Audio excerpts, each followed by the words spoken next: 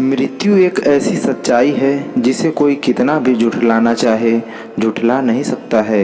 इस दुनिया में आना अगर सच है तो मृत्यु को प्राप्त होना जाना भी उतना ही सत्य है। यही कारण है कि जिस तरह जन्म के समय लोग खुशियों में शामिल होते हैं, ठीक वैसे ही जब किसी व्यक्ति की मृत्यु होती है तो लोग उसमें शामिल जरूर होते हैं। अब ये तो सब जानते हैं कि हिंदू धर्म के शास्त्रों में जन्म को लेकर कई परंपराएं, नियम आदि वर्णित हैं, परंतु बहुत कम लोग जानते हैं। शव यात्रा के दौरान भी काफ़ी बातों का ध्यान रखना अनिवार्य माना जाता है। गरुड़ पुराण में कहा गया है कि जब भी किसी की शव यात्रा में शामिल होना हो तो इन नियमों को ध्यान में जरूर रखना चाहिए। इससे न केवल मरने वाले की आत्मा को शांति मिलती है, बल्कि साथ ही साथ आपको भी पूरी प्राप्ति होती है। तो चलिए जानते हैं गरुड़ पुराण में बताई गई उन खास बातों के बारे में, जिनमें उन्होंने बताया है कि शव यात्रा में शामिल होने, शव को स्पर्श करने या फिर अर्थी को कंधा देने वाले को इतने समय की अशुद्धि मानी जाती है। इसलिए कुछ ऐसे कर्म हैं जिन्हें इस अवधि के में करने से बचना चाहिए।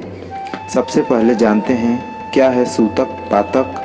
शास्त्रों के अनुसार जब किसी के घर परिवार में किसी संतान का जन्म होता है तो उसे पातक कहते हैं, जो सवा माह तक यानी 45 दिन माना जाता है। तो वहीं जब किसी के घर में किसी व्यक्ति की मौत होती है तो उसे सूतक कहते हैं, जो 13 दिन तक का माना जाता है।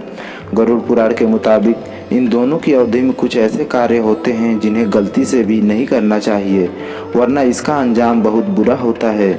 घर में नवजात के जन्म का सूतक प्रसूति 45 दिन का रहता है।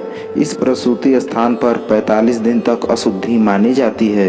परिवार में किसी की मौत हो जाने पर जिस दिन दाह संस्कार होता है उस दिन से पातक के दिनों की गणना शुरू होती है। ध्यान दें, यहाँ दाह संस्कार की बात की गई है, न कि मृत्यु के दिन की। जिस जातक के घर का कोई सदस्य बाहर यानी विदेश में होता है तो उसे जिस दिन ये सूचना मिलती है उसी ही दिन से बाकी के दिनों तक उसके यहाँ भी पातक लग जाता है। उदाहरण के तौर पर बता दें, जैसे अगर 12 दिन बाद सूचना मिले तो स्नान मात्र करने से शुद्धि भी की जा सकती है।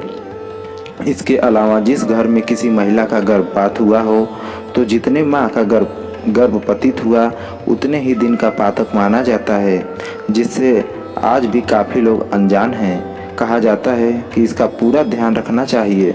इसके अतिरिक्त बता दें, जिस घर में कोई परिवार जन मुनि आर्य का तपस्वी बन गया हो तो उस पर घर में होने वाले किसी जन्म मरण का सूतक पातक नहीं लगता, परंतु स्वयं जब उसका मरण होता है तो उसके घर वालों को केवल 1 दिन का पातक लगता है।